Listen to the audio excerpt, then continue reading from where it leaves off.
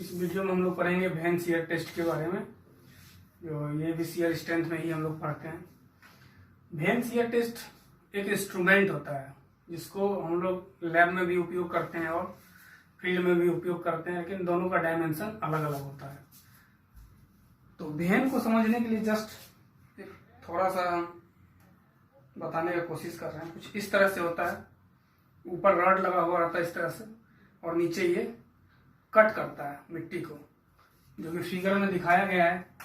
तो ये एक टेस्ट है जिसको हम लोग लैब में भी करते हैं और फील्ड में भी करते हैं। This test is perform in lab और इन द फील्ड। मतलब इसका हम लोग इसको परफॉर्म मतलब इससे जो एक्सपेरिमेंट करते हैं हम लोग फील्ड में भी करते हैं और लैब में भी करते हैं, लेकिन फील्ड में जो डायमेंशन होगा और लैब में जो डायमेंशन होगा दोनों अलग अलग होगा। तो अब लैब का हम लोग डायमेंशन देखते हैं। जब हम लोग लैब में उपयोग करते हैं, बोर्ड पे दिख रहा है एच है ये, अभी हम लोग दिखाए कुछ इस तरह से रहता है, इस तरह से रहता है, किधर निकला हुआ है वैन, इसको बोलते हैं हम लोग एच।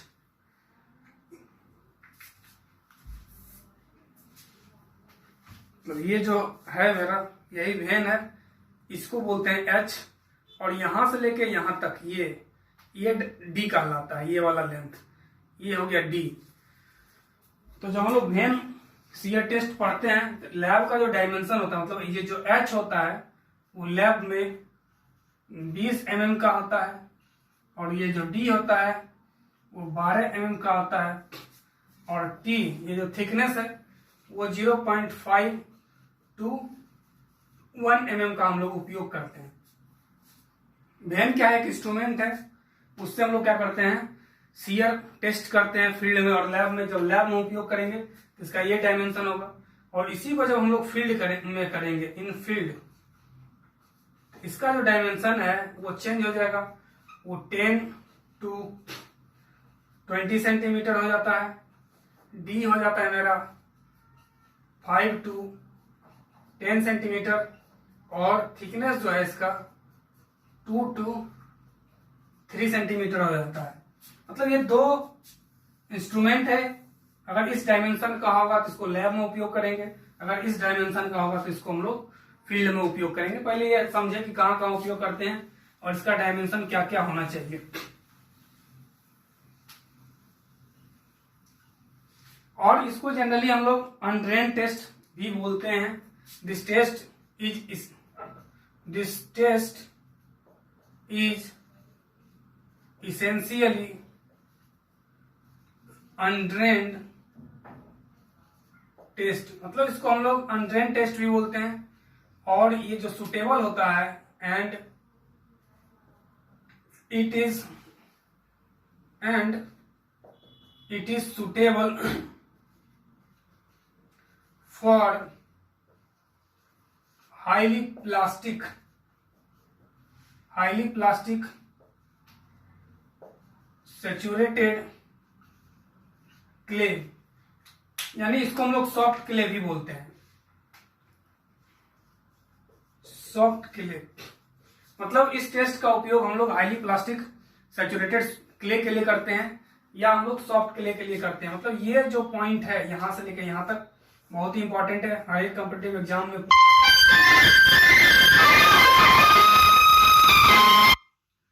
इस पॉइंट को याद रखना है कि ये जो टेस्ट होता है जनरली किसके लिए होता है, हाईली प्लास्टिक सैचुरेटेड क्ले के लिए हम लोग ये टेस्ट करते हैं। अब हम लोग इसमें क्या करते हैं, वैन को पंच कर देते हैं। मतलब यही वैन था, इसको हम लोग ग्राउंड में क्या करते हैं, पंच करते हैं, धसा देते हैं। The vane is punch into the soil and a torque is applied at the rate of 1 degree per minute। अब क्या किए, वैन को ग्राउंड में डाल दिया। ग्राउंड में फील्ड में अगर टेस्ट कर रहे हैं तो इसको हम लोग वैन को डाल देते हैं ग्राउंड में, और इसको हम लोग क्या करते हैं, घुमाते हैं, टॉर्क देते हैं। तो टॉर्क का जो रेट होता है वो 1 डिग्री घूमना चाहिए 1 मिनट में। मतलब रेट जो हम लोग अप्लाई कर रहे हैं इस पे टॉर्क का, मतलब इसको घुमाने का, रोटेट करने का, वो 1 डिग्री पर मिनट के हिसाब से हम लोग क्या करते हैं, इसको रोटेट करते हैं। रोटेट करने के बाद द टॉर्क इज मेजर, और टॉर्क को जो क्या करते हैं हम लोग मेजर कर लेते हैं। इसमें कैलिब्रेशन किया हुआ रहता है, इसमें स्प्रिंग लगा रहता है, जितना स्प्रिंग मेरा स्ट्रेच होता है उसको रीडिंग करके हम लोग क्या करते हैं, इसमें स्प्रिंग पे रीडिंग लेते हैं। द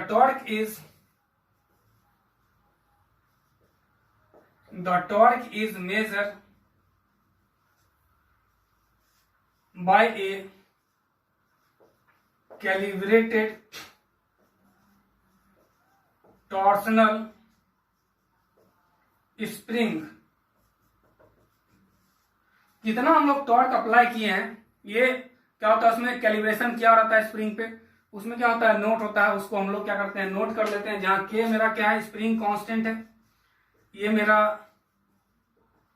स्प्रिंग कांस्टेंट है, और ये मेरा क्या है, एंगल ऑफ रोटेशन है, एंगल ऑफ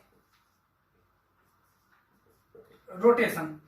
कितना हम टॉर्क अप्लाई किए इसको हम लोग मेजर करते हैं, कैसे, तो वेन शियर टेस्ट में कैलिब्रेशन किया हुआ रहता है, उसको हम लोग देखते हैं, और देख के क्या करते हैं, कितना टॉर्क हम लोग अप्लाई किए ये हम लोग मेजर कर लेते हैं। अब इसमें 2 केस है, इसमें पहले एक एक करके पढ़ते हैं। Case 1, when only bottom of the vein pertain in shearing, it means top edge of the vein is on the surface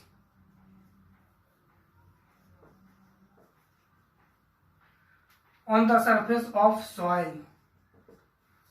अब इसको हम क्या किए, पंच किए। सिर्फ ये वाला जो एज है ये क्या करे, ग्राउंड को टच करे, और इसी से ग्राउंड क्या हो, रोटेट हो। ग्राउंड पे यही पोर्शन ओनली रोटेट हो, ये बॉटम वाला पोर्शन रोटेट नहीं हो। ये टॉप पोर्शन हुआ, ये बॉटम पोर्शन हुआ, तो सिर्फ ओनली क्या हो, बॉटम ऑफ द वेन, जो मेरा बॉटम ऑफ द वेन है, पर्टेन शियरिंग, मतलब सिर्फ उसका बॉटम वाला जो पार्ट है वही शियर में भाग ले।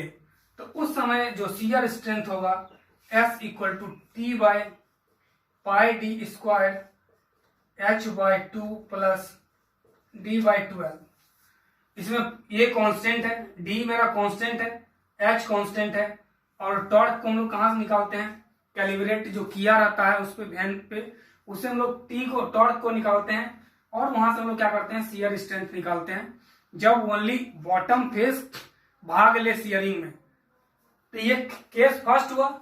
और केस 2 में क्या होता है कि अगर दोनों फेस, टॉप और बॉटम फेस शियरिंग में भाग ले,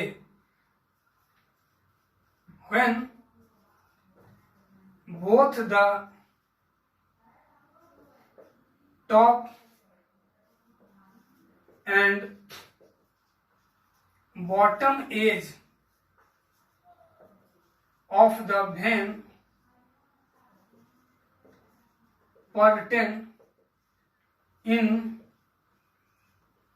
शियरिंग, मतलब दोनों एज, ये टॉप और बॉटम दोनों क्या हो, अगर शियरिंग में भाग ले, तो उस समय जो शियर स्ट्रेंथ होगा S equal to T by pi D square H/2 plus D by 6।